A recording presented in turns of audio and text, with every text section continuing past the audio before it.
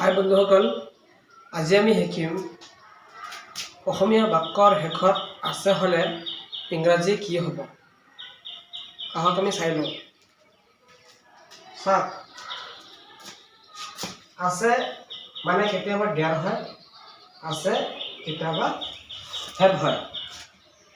কিবা বস্তু আছে বুলি ক'লে কেতিয়াবা আমি ডেৰ দিব লাগে আৰু কেতিয়াবা আমি হেভ দিব লাগে। কোনটো কেতিয়া হ'ব?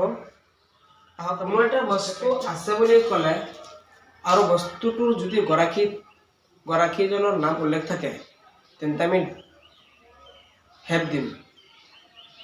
মোৰ কলম আছে, চাই লওক, ইয়াত আছে বুলি কৈছে কিন্তু বস্তুটো কাৰ সেইটো উল্লেখ কৰিছে, মোৰ।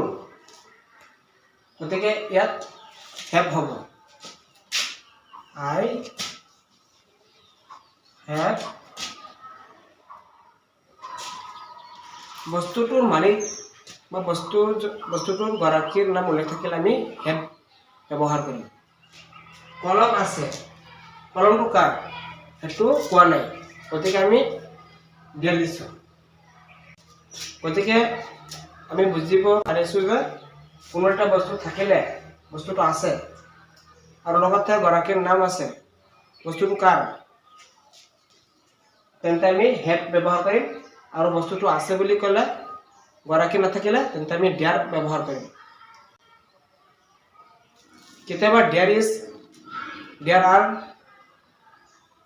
হয়, ইজ আৰু আৰ কেলে বহে আহক আমি কেতিয়াবা ডেৰ ইজ থাকে।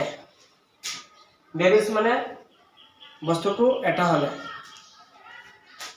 এটা কলম আছে, ডেৰ ইজ এ পেন।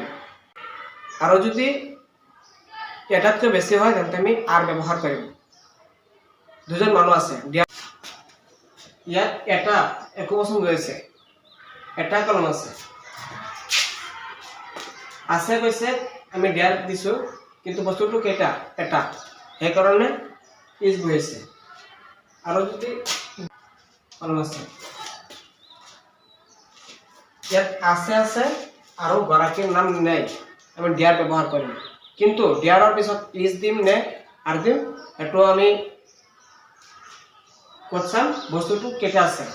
এটা হ'লে ইজ হ'ব আৰু বহুত হ'লে আৰ হ'ব।